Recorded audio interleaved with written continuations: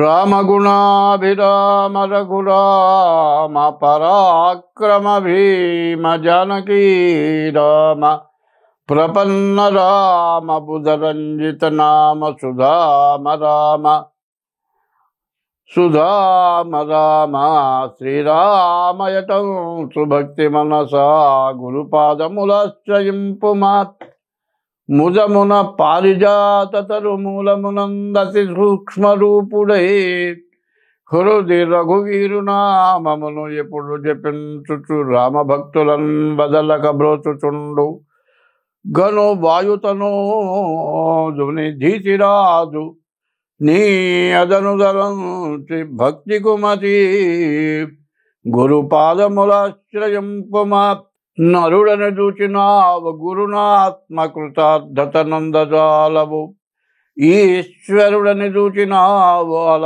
బ్రహ్మ పదార్థమిరుంగవచ్చు నీ సరియగు లక్ష్యమొక్కటియే చాలును సాధనలెల్లగూర్చు ఈశ్వరుడని నమ్మి మనసా గురుపాదములాశ్రయింపుమా.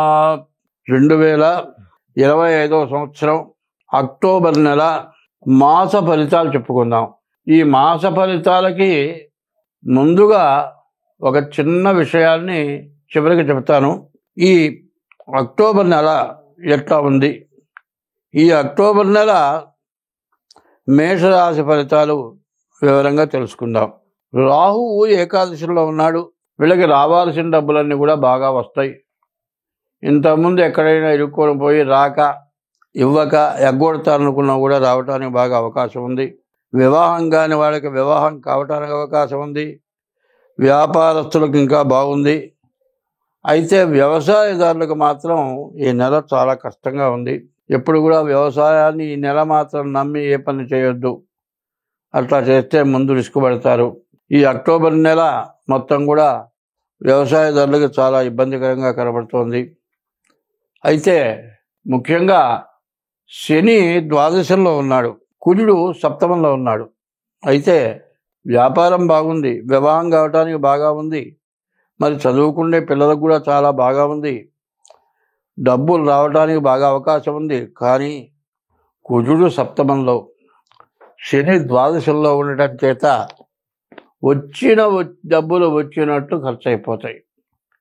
రకరకాలైన సమస్యలు, బాగా ఇబ్బందులు, బాగా కష్టాలు, మరి నీటి కాలుష్యం వల్ల జ్వరాలు, వాంతులు, విరోచనాలు, మరి మలేరియా లేకపోతే టైఫాయిడ్ లేకపోతే చికెన్ గున్యా ఇట్లాంటివి రావడానికి బాగా అవకాశం కనపడుతుంది.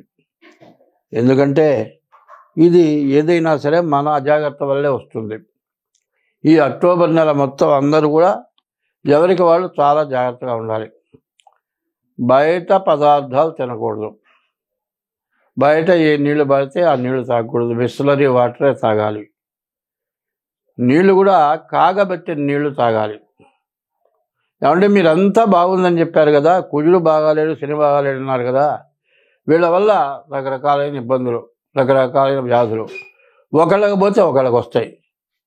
నీవు సంపాదించే డబ్బులు కాక, ఇంకా ఇంట్లో డబ్బులు కాక, ఇంకా అప్పులు కూడా చేసి ఖర్చు పెట్టాల్సిన పరిస్థితి ఈ రాశి వాళ్ళకి కనపడుతుంది.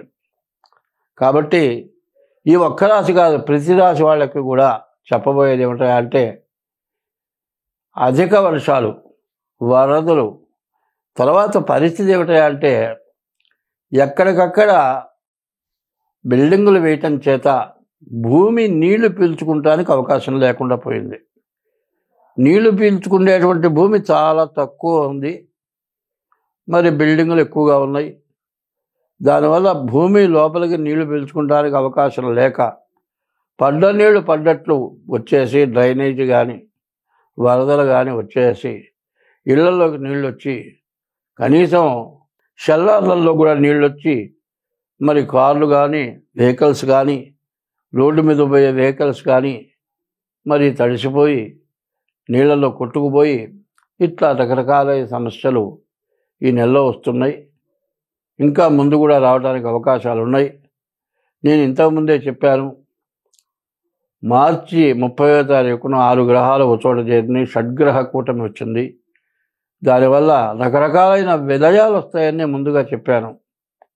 అది ఎవరూ ఆలోచించలేదు.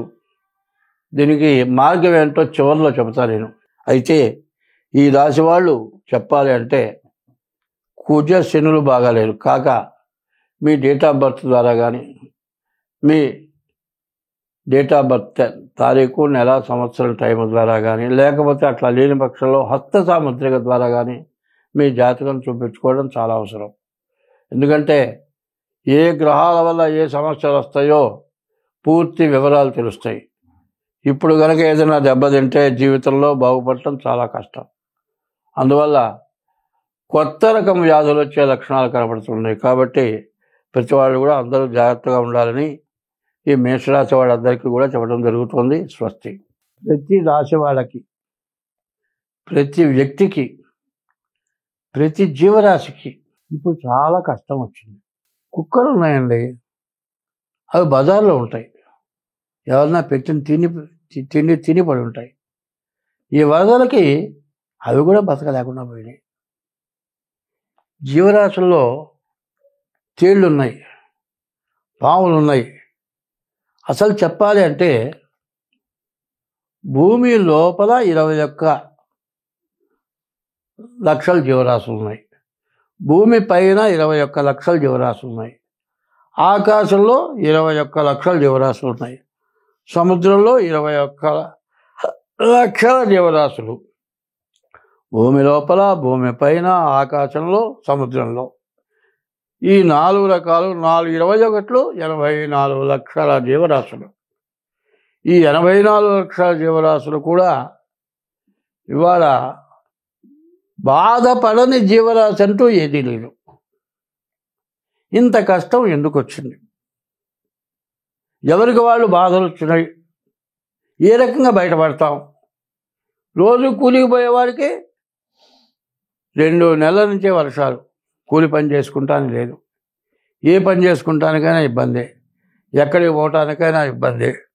మరి ఏమీ జరగట్లేదు. దాదాపుగా ఏ వృత్తి చేసేవాళ్ళకైనా వాళ్ళకు ఎప్పుడు వచ్చేదానికంటే 1/4 కూడా రావడం చాలా కష్టమైపోయింది. కొంతమందికి అసలు ఆదాయమే లేదు, తినడానికి తిండి లేదు, పస్తులు పడుకునే పరిస్థితి వచ్చింది. నీళ్లలో మునిగిపోయి, నీళ్లలో కొట్టుకుపోయి, వరదల వల్ల చచ్చిపోయి ఎన్నో బాధలు పడ్డారు. ఇన్ని బాధలు ఎందుకు వచ్చినాయి?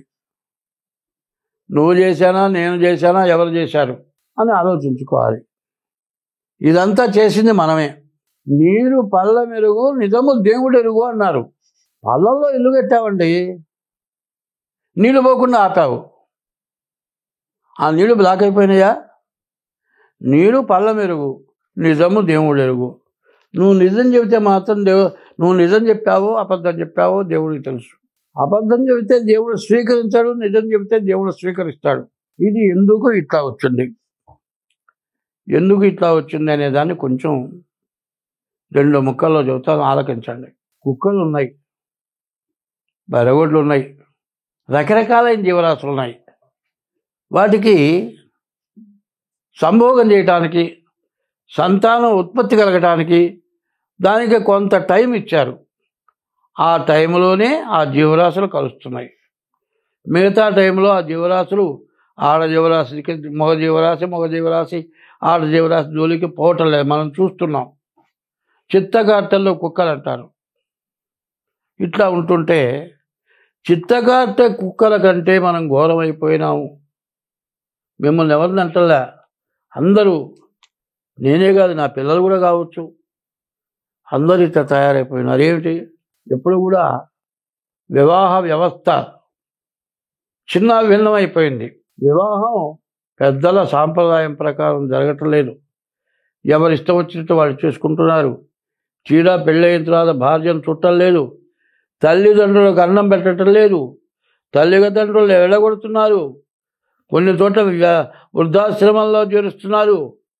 బాగా చదువుకొని ఉద్యోగం చేస్తూ విదేశాల్లో ఉండేవాళ్ళు తల్లిదండ్రులు చచ్చిపోతే వచ్చి అంత్యక్రియలు చేయడానికి కూడా మాకు ఖాళీ లేదు, మేము రాము, ఎవరన్నా చేయండి, వీడియోలో చూస్తూ ఉంటున్నారు. నిన్ను కని పెంచి పెద్ద చేసి సర్వస్వం ధారబోసి విద్య బుద్ధులు చెప్పించిన తల్లిదండ్రుల్ని నువ్వు చుట్టలేదు.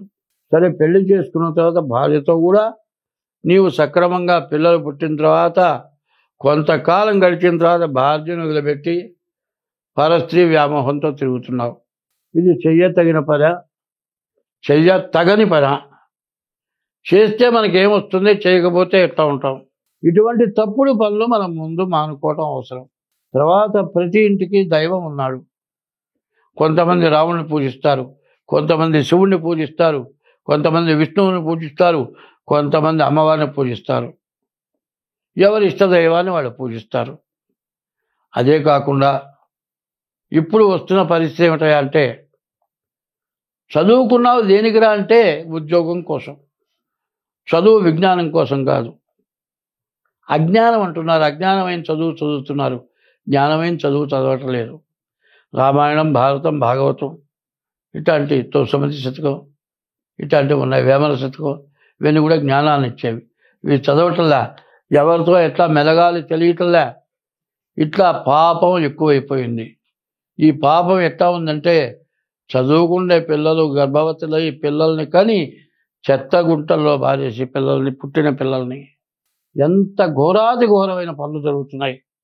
ఈ ఘోరాతి ఘోరమైన పనుల వల్ల, మహాపాపం పెరగటం వల్ల భూదేవత భరించలేక ఇట్లాంటి ఉపద్రవాలు వచ్చినాయి.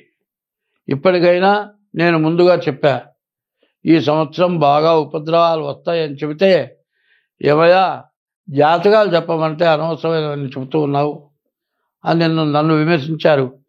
ఇవాళ ప్రపంచం మొత్తం, మన భారతదేశం మొత్తం అమర్నాథ్, హరిద్వార్, హృషికేశ్, కాశీ, ఉత్తరప్రదేశ్, దక్షిణ దేశం మొత్తం జలమయమైపోయి రకరకాలైన బాధలు పడుతున్నాం.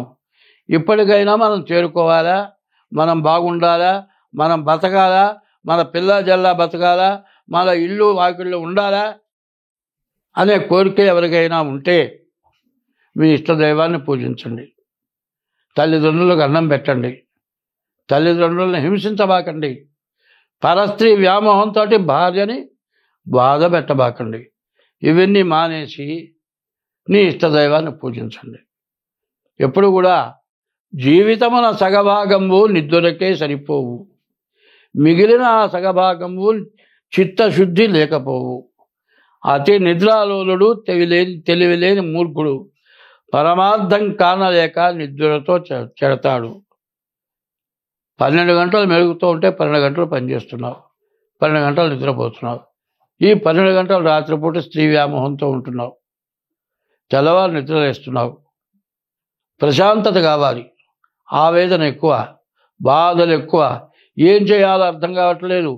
మరి తన వృత్తిలో ఏమీ సాగటం లేదు, తలకాయ నొప్పి, కోపం ఎక్కువ వస్తోంది, ప్రశాంతత లేకుండా పోయింది.